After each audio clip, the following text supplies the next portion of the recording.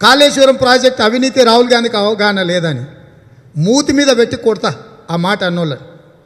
38,000 కోట్లతోని ప్రాణహిత చేవెళ్ల ప్రాజెక్టును కాంగ్రెస్ పార్టీ మొదలు పెడితే ప్రాజెక్టు రీడిజైనింగ్ల పేరు మీద 81,000 కోట్లకు పెంచి అక్కడి నుంచి ఈరోజు తాజా అంచనాలు 1,49,131 కోటికి పెంచినరు.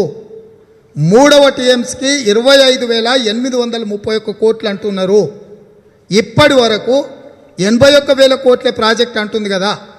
నేను స్పష్టంగా టీఆర్ఎస్ నాయకులను ఆర్థిక శాఖ మంత్రి హరీష్ రావు గారితో నేను సవాల్ విసురుతున్నా. లేకపోతే ఐటీ శాఖ మంత్రిని అని బోడి లెక్కలు చెప్పే బోడమితి కేటీఆర్ను నేను అడుగుతున్నా.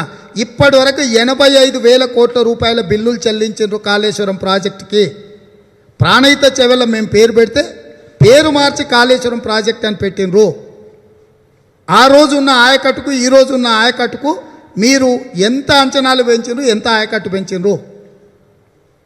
16,40,000 ఎకరాల ఆయకట్టుకు నీళ్ళు ఇస్తామని చెప్పి ఇప్పటి వరకు అందింది ఏ సంవత్సరంలో కూడా 74,000 ఎకరాలు దాటలేదు. ఇవాళ కాళేశ్వరం ప్రాజెక్టు గుదిబండయి ప్రతి సంవత్సరం 25,000 కోట్ల రూపాయలు కాళేశ్వరం మీద రాష్ట్ర ప్రభుత్వం ఖర్చును భరించాల్సిన పరిస్థితి వచ్చింది.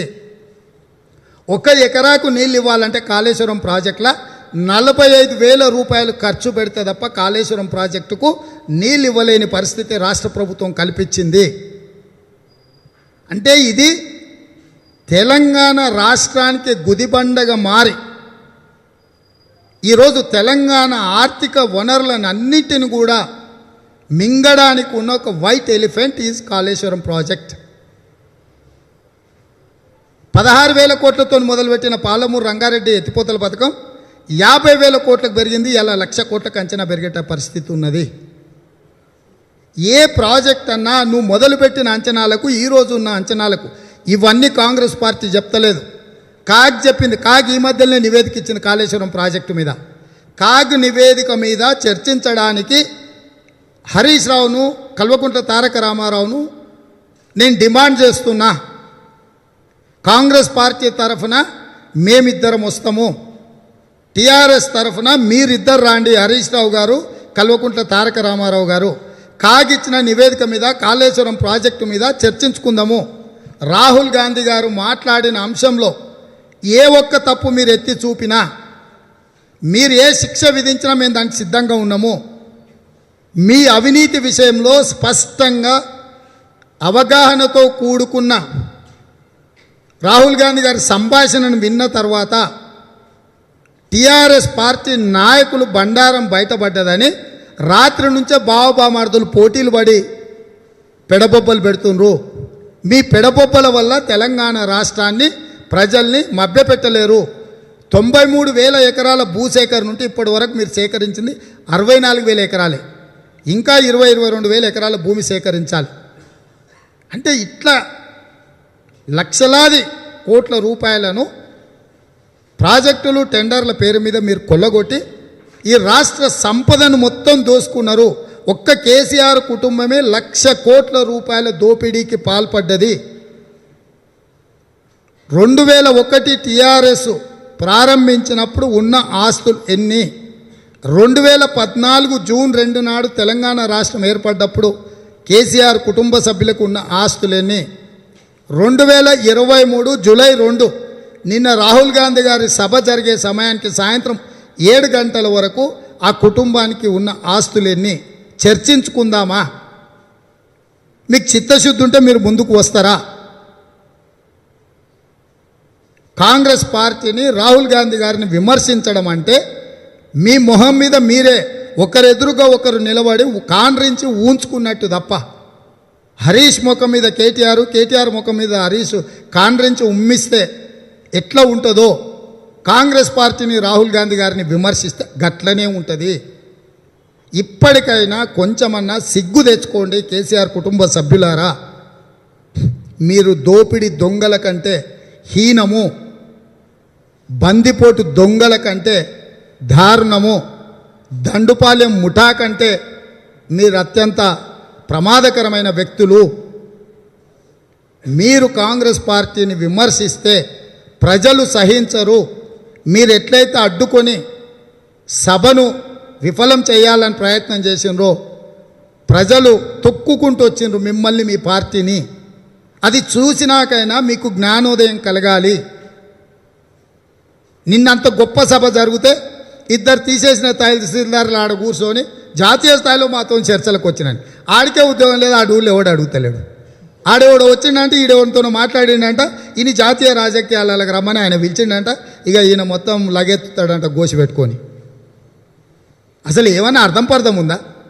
ఎవడు పిలిచిండు, ఎవడొచ్చిండు, ఏం మాట్లాడుకుంటారు మీరు అన్ని బుడిబుడికలు వేసాలి. కాకపోతే అదో పెద్ద జాతీయ వార్తనంట. ఆయన వచ్చిందంటే ఈయన పిలిచా, ఆయనకున్న ఉద్యోగం ఏంది, ఈయనను పిలిచేదేంది? ఇప్పుడు ప్రధాన ప్రతిపక్ష పార్టీలను పిలవడానికి మాట్లాడి నితీష్ కుమార్కి ఒక బాధ్యత ఇచ్చారు. నితీష్ కుమార్ ఏమైనా మాట్లాడిండా? అందులో ప్రధానమైన పాత్ర పోషించే కాంగ్రెస్ పార్టీ స్పష్టంగా నిన్న రాహుల్ గాంధీ చెప్పిండు, మేముండే ఏ వేదిక మీద టీఆర్ఎస్ ఉండదు, రానియము అని స్పష్టంగా చెప్పిండు. మా విధానాన్ని చెప్పినాం మేము. కాంగ్రెస్ పార్టీ విధానము విస్పష్టము. BRS plus BJP is equal to bye bye. ఫైనల్గా కేసీఆర్ బాయ్ బాయ్ అనే కాడికి వస్తుంది. ఇది కాంగ్రెస్ విధానము. మా విధానాన్ని మేము చెప్తే నీ కడుపు నొప్పి ఏందిరా నాయన, నాకు అర్థమవుతలేదు. ఏంది నీ బిచ్చం బతుకు? ఇంకా మా గేటు ముందల బిచ్చం ఎత్తుకొనే వేసాము. సిగ్గుంటే అసలు మా దిక్కే చూడకు. నువ్వు సిగ్గు లేనోడు అని మేము చెప్తున్నాము. ఇంకా సిగ్గు తప్పి మాతో కూడాలనుకుంటావు, మమ్మల్ని తిట్టాలనుకుంటావు. నాకు అర్థమవుతలేదు కేసీఆర్, కేటీఆర్, హరీష్ రావు విధానం ఏందో. ఏంది మీ విధానము? మీ జాతీయ విధానం ఏందో చెప్పండి. జాతీయ పార్టీని పెట్టుకోరు కదా. నీ జాతీయ పార్టీ విధానము ఏంటిది? మా విధానం స్పష్టంగా చెప్పినాం. బీఆర్ఎస్ ఏ వేదిక మీద ఉన్నా, ఏ మీటింగ్లో ఉన్నా కాంగ్రెస్ రాదు, బీఆర్ఎస్ రానియదు. బీఆర్ఎస్ అంటేనే బీజేపీ రిష్తేదార్ సమితి అని మా విధానము. మా నాయకుడు ఆ విషయం స్పష్టంగా నిన్న ప్రజలకు చెప్పిండు, తెలంగాణ ప్రజలకు. మా విధానాన్ని మేము చెప్పుకుంటే కూడా మీకెందుకు నొప్పి లేస్తుందని నేను అడుగుతున్నా. కాబట్టి ఈ సైకోలు, సన్నాసులు కాంగ్రెస్ గురించి, రాహుల్ గాంధీ గారి గురించి మాట్లాడితే కాంగ్రెస్ పార్టీ కార్యకర్తలు, తెలంగాణ ప్రజలు మిమ్మల్ని క్షమించరు. ఈ రాష్ట్రం ఇచ్చింది కాంగ్రెస్ పార్టీ, శ్రీమతి సోనియా గాంధీ గారు. ఆ బిల్లు ఆమోదం పొందినప్పుడు పార్లమెంట్లో ఉండి బిల్లు పాస్ కావడానికి సహకరించింది రాహుల్ గాంధీ గారు. అందుకే తెలంగాణ సంక్షేమం కోసం, తెలంగాణ అభివృద్ధి కోసం ఏ డిక్లరేషన్ అయినా, ఏ గ్యారంటీనైనా ఇచ్చే అధికారము, అర్హత రాహుల్ గాంధీ గారికి ఉంది. అందుకే వృద్ధులకు, వితంతువులకు, వికలాంగులకు, బీడీ వర్కర్లకు, ఒంటరి మహిళలకు, కల్లుగీత కార్మికులకు, అదేవిధంగా చేనేత కార్మికులకు, ఎయిడ్స్ బాధితులకు, అదేవిధంగా డయాలసిస్ పేషెంట్లకు అందరికీ పెన్షన్ 4,000 రూపాయలు ఇస్తామని చెప్పి మా నాయకుడు రాహుల్ గాంధీ గారు చెప్పినరు. 75 రూపాయలు ఉన్నప్పుడు 200 రూపాయలు ఇస్తామని కాంగ్రెస్ చెప్పింది, ఇచ్చింది. ఉచిత కరెంట్ ఇస్తామని చెప్పింది కాంగ్రెస్ పార్టీ, ఇచ్చింది. రైతు రుణమాఫీ చేస్తామన్నారు, కాంగ్రెస్ పార్టీ చేసింది. ఆరోగ్యశ్రీ పథకాన్ని తెస్తామన్నారు, కాంగ్రెస్ పార్టీ తీసుకొచ్చింది. తెలంగాణ ఇస్తామన్నాము, ఎన్ని కష్టాలు వచ్చినా తెలంగాణ రాష్ట్రం ఇచ్చినాము. ఇవాళ అర్హులైన అందరికీ 4,000 రూపాయల పెన్షన్ ఇస్తామని చెబుతున్నాము. అక్కడి సూర్యుడు ఇక్కడ మొలిసిన 4,000 రూపాయల పెన్షన్ ఇచ్చి తీర్తాము.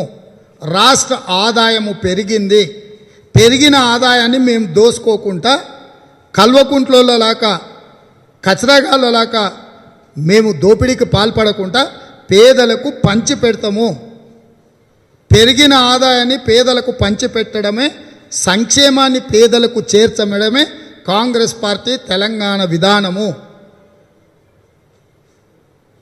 కాబట్టి ఇవన్నీ పరిగణలోకి తీసుకొని ఎలా అమలు చేయాలనో మాకు తెలుసు. మీకేదైనా అనుమానం ఉంటే బహిరంగ చర్చ పెట్టండి.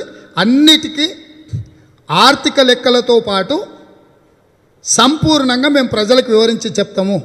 అందుకే తెలంగాణ సమాజానికి 45 లక్షల పెన్షన్ లబ్ధిదారులకు ఇంకొక 10 లక్షల మంది అప్లికేషన్లు ఈ ప్రభుత్వం తొక్కిపెట్టింది.